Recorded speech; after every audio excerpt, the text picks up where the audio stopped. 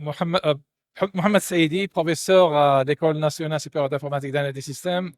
Donc, aujourd'hui, donc, on a démarré en fait, la plateforme arabo-africaine sur les villes intelligentes. C'est une plateforme pédagogique dans sa troisième édition qui est organisée donc ici au musée de Mohamed VI de l'eau au Maroc. Donc, avec une présence très importante des représentants de plusieurs villes du monde arabe, mais également du continent africain.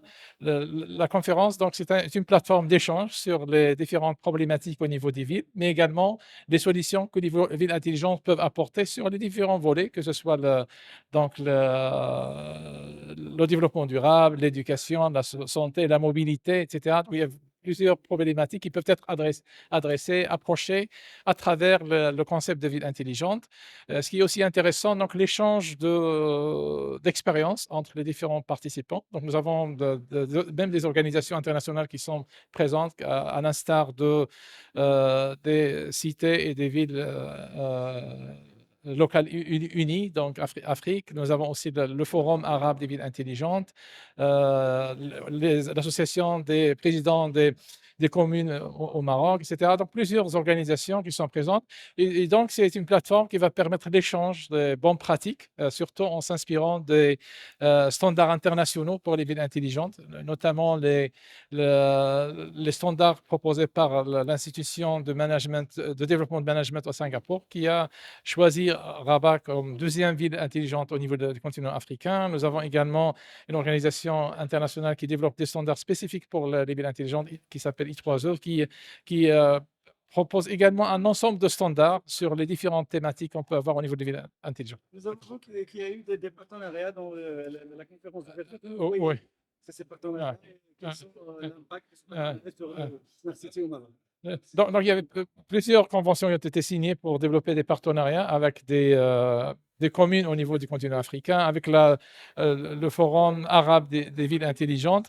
Et ces partenariats vont certainement pouvoir donc développer des partenariats, des plateformes d'échange aussi d'expertise qui vont apporter, peut-être contribuer aux solutions développées au niveau de nos villes au Maroc. Lorsqu'on parle de villes intelligentes, bien sûr, il y a un terme qui est caché derrière le terme intelligent, c'est qu'on parle généralement de villes intelligentes centrées sur l'humain. C'est-à-dire, puisqu'on parle de l'innovation et l'innovation sociale.